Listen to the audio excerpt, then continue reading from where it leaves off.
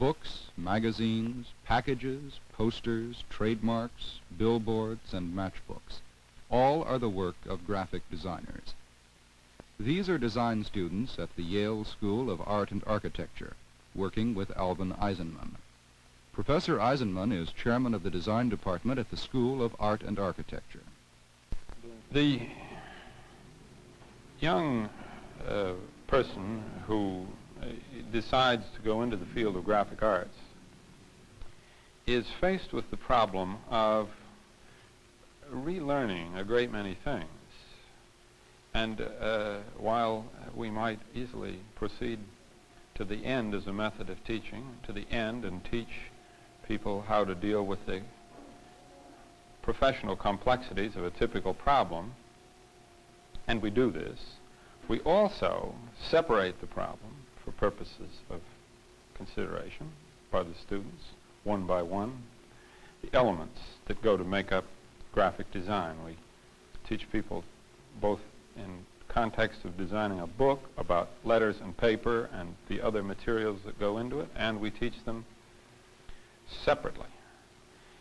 My colleague Norman Ives, whose responsibility it is specifically to deal with the problem of graphic design in letter form for the beginning students, assumes that they know something about art. They know how to make a picture.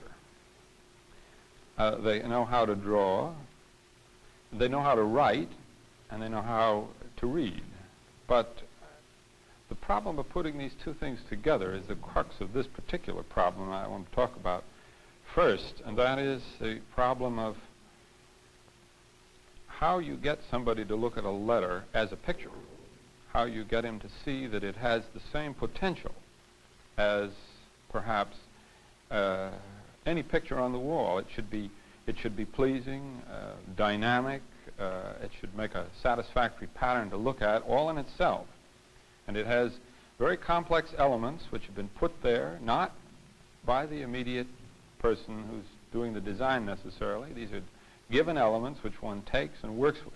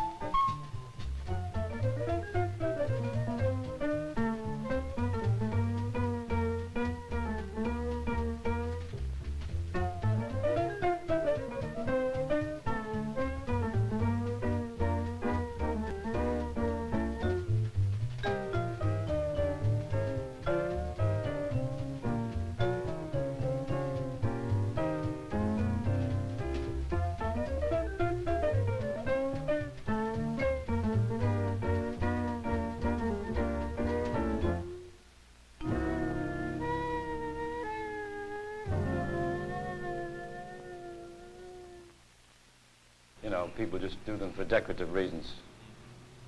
Do you think that would have been a compromise to design? I mean, given that that might be the thing to do. I felt it worked better visually as a line the same size. Do you, I mean, had I made the hour hand thicker? Well, maybe it's more harmonious, but it doesn't necessarily mean that it's better. It's more harmonious. This is Paul Rand. It's also rather boring. Rand is one of You could 3 do or that 4 boring. top-ranked designers in the United States. And His marks appear on think also countless American that things, you try to make from this IBM the same, machines that the to same. Westinghouse light bulbs. And this is He a also problem. teaches at Yale It once a doesn't week. always work. I find other problems like you've got the number and you've got the hour mark, and it's a little bit like wearing a pair of suspenders and a belt. I mean, I don't know why we need 2 when 1 will do. I mean, I know why you did it, but it's a little bit confusing because I'm beginning to think that maybe those marks mean something else, you see, than hours. Maybe they mean seconds or minutes or something else, you see. So it might be better to have these repeated around, that you don't have this funny situation where you favor these 4 numbers. We deal in general with the broad areas of communication which affect any kind of design problem. So whether a person has in his later years a problem to design a soap package, which for example we have done here recently in designing the Does package, there are restrictions which are built in both by the student, by the client, and by the teacher, which tend to help the student solve his problems. Now within these givens, the student, if you asked him the question, might say, oh, this is much too restrictive.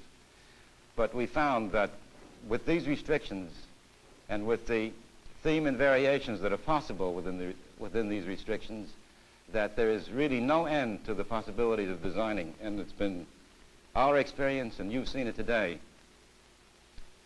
that in most cases the students go beyond their requirements and do things which are sometimes unimaginable.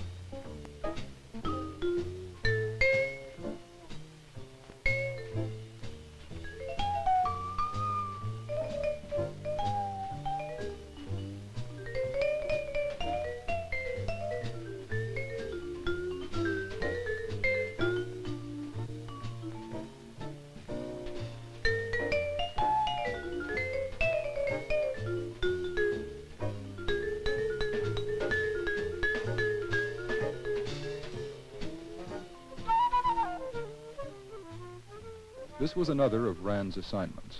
Redesign the old Parcheesi board. Just one simple condition. The game must be played by the original rules, whatever the new board looks like.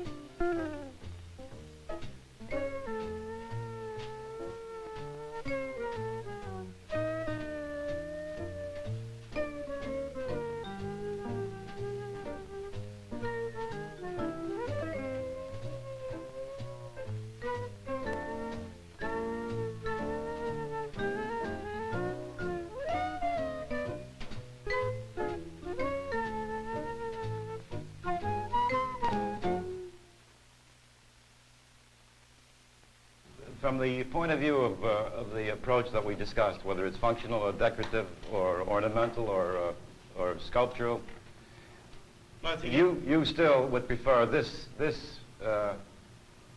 approach to designing a clock? I think so. To this kind, which on the surface seems very functional, but may prove not to be functional. I mean, we don't know. At least it looks functional. You can, on the other hand, design a chair which looks completely perfect, you know, from every point of view. Designed it with utmost precision and love and care. But when you sit in it, it is absolutely impossible. But that one chair has a quality which the other one doesn't, namely that it looks comfortable or it looks functional. You see? And I think this is a quality that we have to give our work. It has to look functional.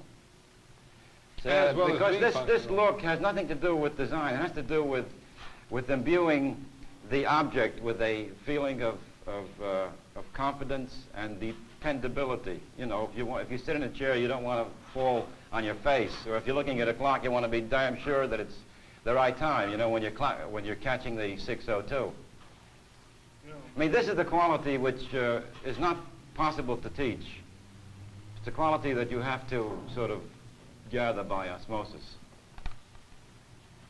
I mean, the thing has to have the look of being useful, rather than the look of being ostentatious, impressive, pompous. I think this is a characteristic of good design versus bad design, just on those two, on that basis, you see? Whether one is more comfortable or one is more accurate is another basis to judge it. But I think the look has to be convincing.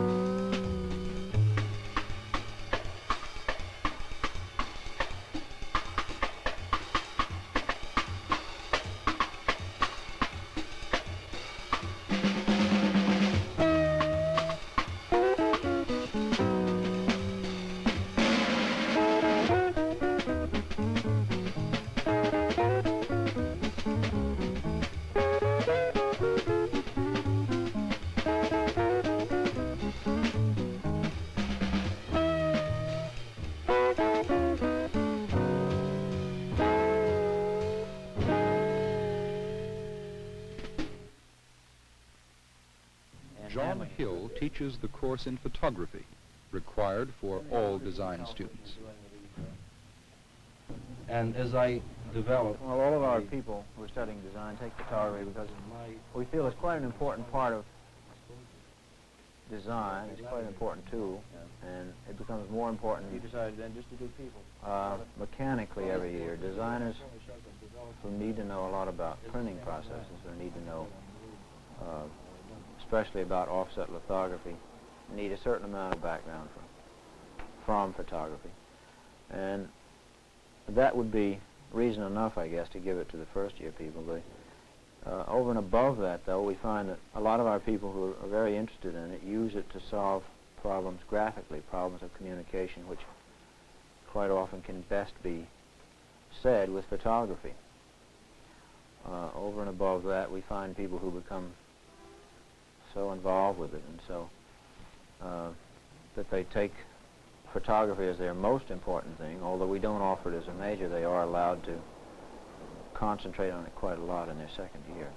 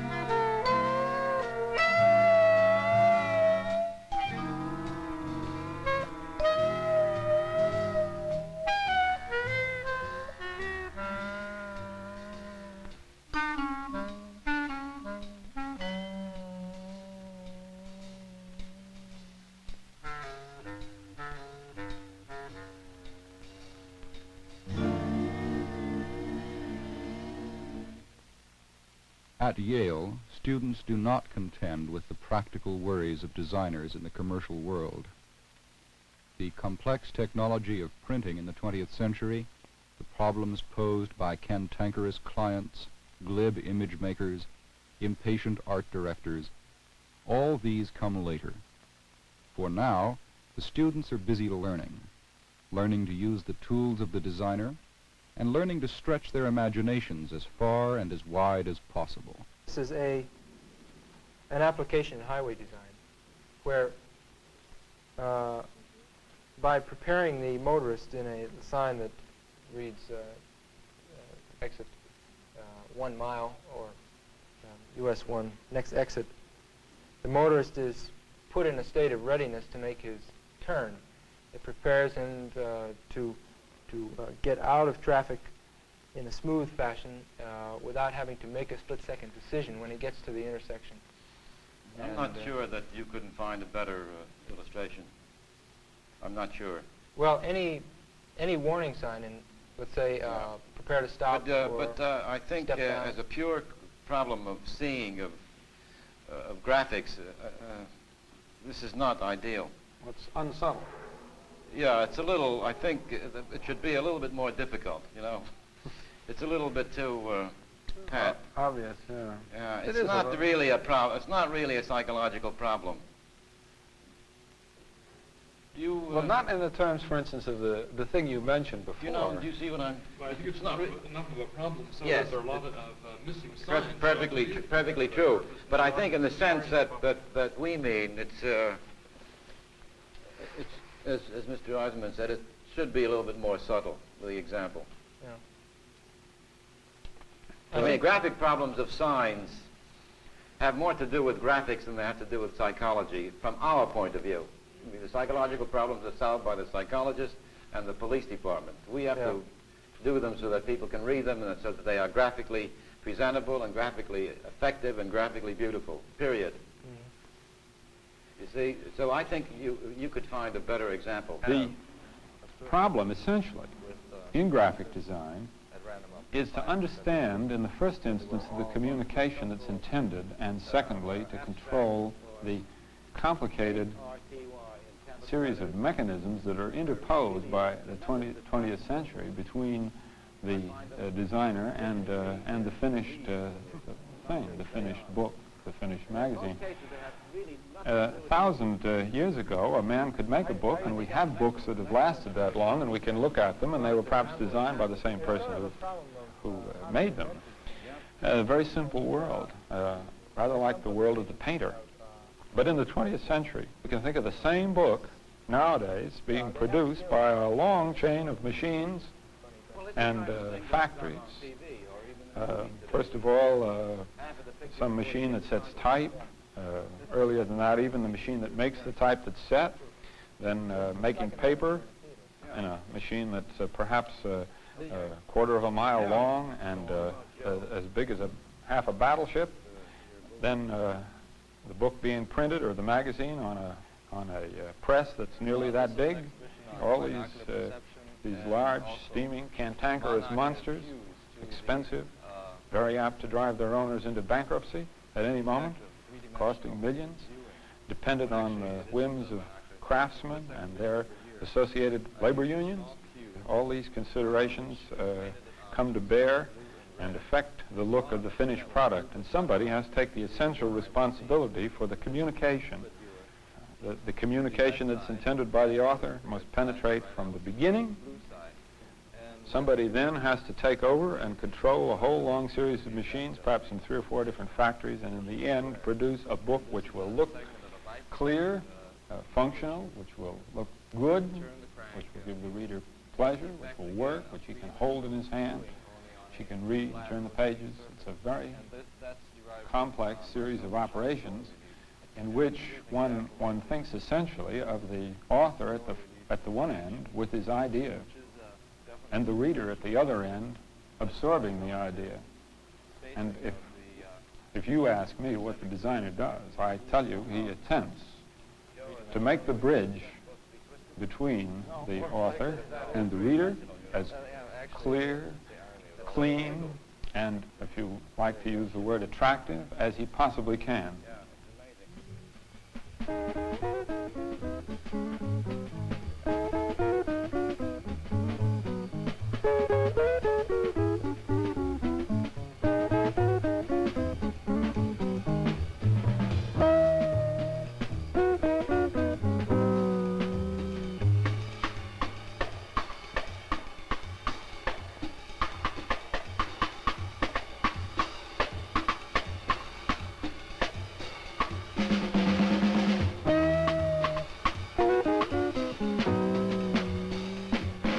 Mississippi Photographs by Joel Katz.